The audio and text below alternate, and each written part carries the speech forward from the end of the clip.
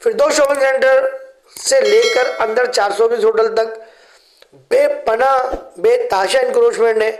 लोगों ने रोडों पर ना सिर्फ अपने काउंटर लगाए हुए हैं बल्कि ठेले वालों को भी खड़े करते हैं दुकानों के आगे। फी ठेला 3,000 रुपये 2,000 रुपये ले रहे हैं।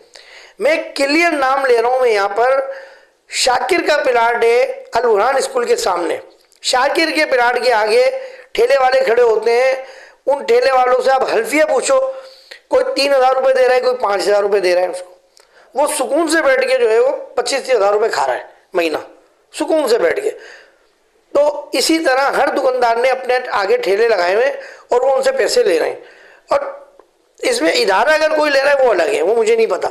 इदारा ले रहा है वो अलग है, लेकिन ये दुकानदार जो है कंटिन्यू पैसे ले रहे हैं दुकानों के आगे, होटलों के आगे खड़े करके अपने ठेले। तो ये किस्मत में है। सारे काउंटर बाहर रोडों पे निकले हैं।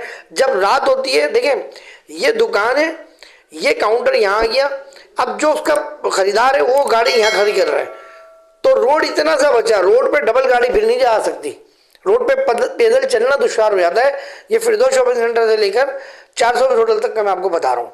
तो असिस्टेंट कमिश्नर, डिप्टी कमिश्नर साहब, लैंड डिपार्टमेंट, चाहे वो KMC का हो, चाहे वो TMC का हो, चाहे वो DMC का हो, मुख्तलिफ शोबाजात है ना भाई, और सब में लैंड डिपार्टमेंट है।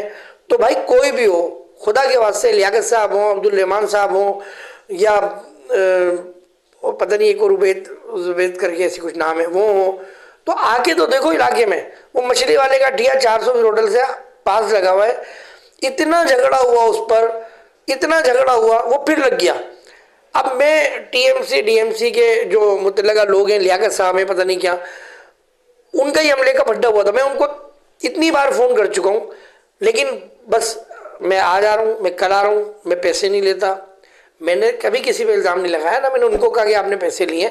मैंने उनको ये कहा, इलाके में ये बात फैली हुई है कि जिन्होंने हटवाया था उन्होंने ही पैसे लेके लगवाया, वरना लग नहीं सकता था।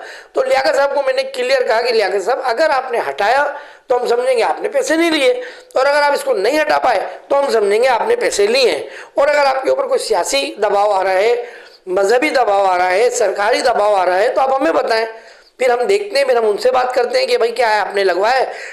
आज भी मैं नाम नहीं ले रहा अभी किसी जमात का, लेकिन मैं क्लियर बता रहा हूँ। देखिए बहुत से लोग हैं जो सियासी ठेलों, सियासी तंजीमों के कारकुन हैं, और वो 300 400 रुपये योमिया वसूल कर रहे हैं। मेरी एक से बात हुई तो वो कहते हैं कि शहीद के घर पे जा रहे हैं पैसे। अब ये मैं तो तहकीकात नहीं कर सकता ना कि शहीद के घर पे जा रहे हैं या नहीं जा रहे हैं। तो अल्ताफ हुसैन साहब का दौर था, अल्ताफ हुसैन साहब के दौर में ठियों से पैसे लिए जाते थे और कहते थे फला शहीद के घर में राशन जाता है, फला बेवा के घर में खाना जाता है, लेकिन नील बटा नील था, कुछ भी नहीं था ऐसा।